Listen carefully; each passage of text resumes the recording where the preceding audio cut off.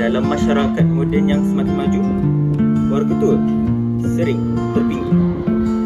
Ada yang tinggal sendirian, ada yang dilupakan, ada yang ditemani sunyi dan kenangan.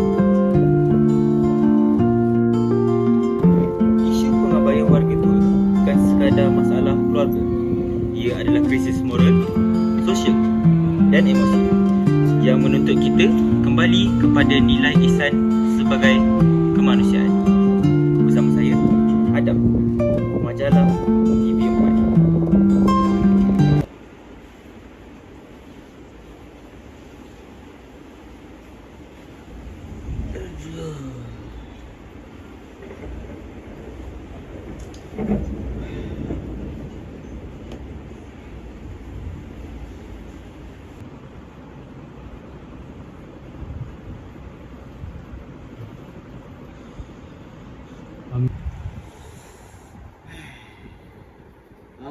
Amir.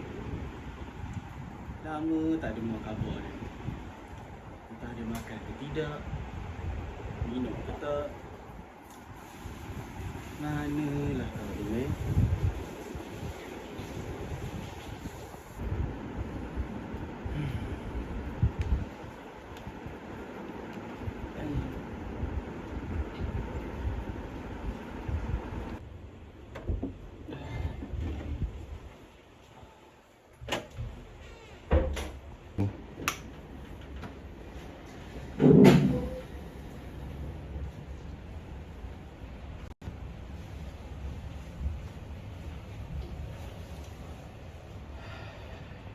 Beginilah kehidupan Encik Rahman, menanti anaknya pulang, menanti anaknya mengucapkan kabar dari bandar.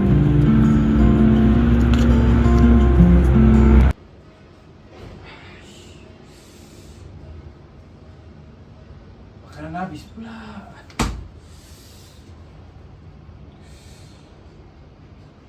Hai bos pula.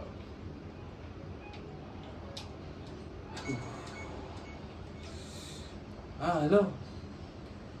Ya. Projek tu kejap lagi saya pergi settlekan. Okey. Baik bos. Okey. Okey. Baik bos. Okey. Buat kerja pula. Amir, abah nak cakap sikit ni. Apa?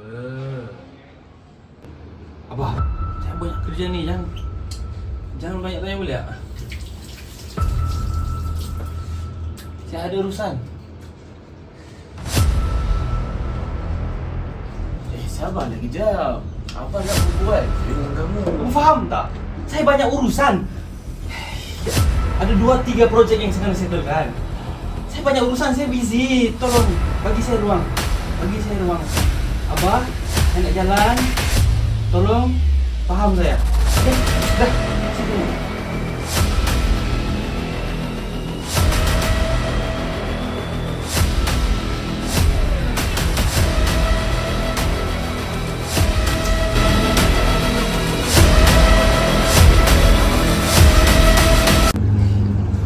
Inilah konflik antara Encik Rahman dan juga Amir. Moral keluarga mula pudar apabila kesibukan mengatasi ihsan. Pengabaian bukan sahaja dari fizikal, tetapi emosi juga.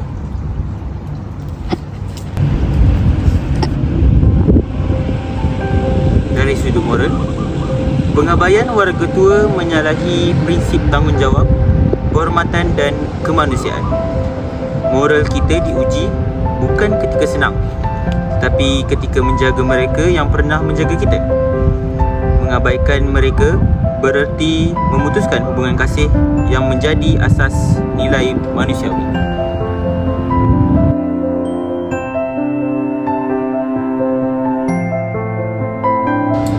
Selain itu, faktor sosial juga memainkan peranan penting dalam isu ini. Hal ini kerana masyarakat pada zaman sekarang lebih fokus mengejar kerjaya, gaya hidup dan juga teknologi yang semakin canggih, di mana ia menyebabkan pengabaian hubungan yang ke arah semakin renggang. Selain itu, komuniti bandar juga sering mengabaikan warga tua kerana norma sosial yang lebih kepada arah individualistik. Baiklah, seterusnya adalah analisis emosi. Dari sudut emosi, kita dapat lihat bahawa pengabaian adalah suatu punca yang besar berlakunya masalah mental dalam diri warga tua zaman kini. Dan apa yang kita lihat yang berlaku antara Amir dan juga papanya Encik Rahman adalah suatu bentuk pengabaian di mana anaknya mengabaikan abahnya, sehingga kan abahnya tersebut merindui anaknya pada skala yang membuatkan dia merasa risau dan gelisah sekiranya dia tidak bertemu dengan anaknya. Dan ini akan menyebabkan warga tua memberi kesan kepada warga tua terhadap kesihatannya yang semakin merosot dan hilang makna kehidupan. Isu ini akan mengakibatkan kesan kepada 3 peringkat. Peringkat yang pertama adalah peringkat sekolah, dan peringkat yang kedua adalah peringkat tempatan, dan juga peringkat yang terakhir adalah peringkat global. Bagi peringkat yang pertama, peringkat sekolah, kurangnya pendedahan nilai ihsan di dalam diri kalangan murid-murid yang mengakibatkan pengabaian ataupun penjagaan warga tua diabaikan. Jadi, hal ini akan menyebabkan sebahagian pelajar ataupun murid-murid akan tidak menghormati warga tua kerana ianya menganggap sebagai salah satu tanggungjawab moral diabaikan dalam diri kalangan pelajar. Bagi yang kedua adalah peringkat tempatan. Di komuniti tempatan ataupun institusi sokongan seperti NGO dan juga pusat jagaan menerima peningkatan, kes warga tua akan semakin terbiar. Lama kelamaan, hubungan sosial akan semakin lemah dan fenomena masyarakat tanpa empati akan mula muncul. Hal ini akan mengakibatkan lama kelamaan dalam setiap masyarakat akan menjadi kesinambungan di antara warga muda dan juga warga tua. Dan yang terakhir sekali adalah peringkat global. Di peringkat global, pengabaian warga tua dilaporkan sebagai isu antarabangsa yang sah oleh WHO yang lebih dikenali sebagai World Health Organization. Negara maju turut dengan masalah ini akibat penuaan populasi yang semakin ramai dan juga gaya-gaya hidup individualistik dalam kalangan remaja. Dengan ihsan, kita dapat menghormati mereka. Dengan juga ihsan, kita dapat menjaga kebajikan mereka. Dengan ihsan juga, kita dapat menyantuni emosi mereka, dan dengan ihsan kita dapat melangkahkan dan meningkatkan keberkatan kekeluargaan. Assalamualaikum abang.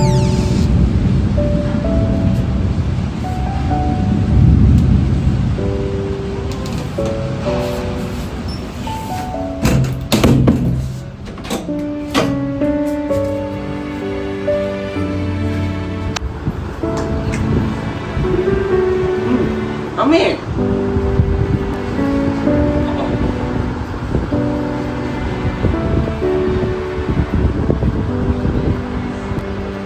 Abah, maafkan Ami abah. Ami sedar Ami lalai. Ami tak jaga abah. Tapi lepas ni Ami janji Ami akan jaga abah. Okey? Okey abah? Okey abah? Tak apa Amir, Abah sentiasa maafkan Amir. Amir buat apa pun, Amir lalai ke apa ke, Abah sentiasa fikirkan yang baik je untuk Amir. So Amir kan anak Abah. So Abah maafkan Amir ya. Terima kasih abah. Terima kasih.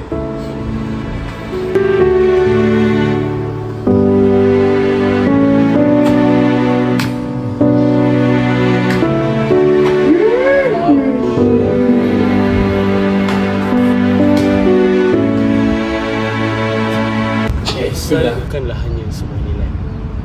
Ianya adalah warisan. Dan ihsan juga bukanlah sebuah tindakan. Ia adalah suatu sifat manusia.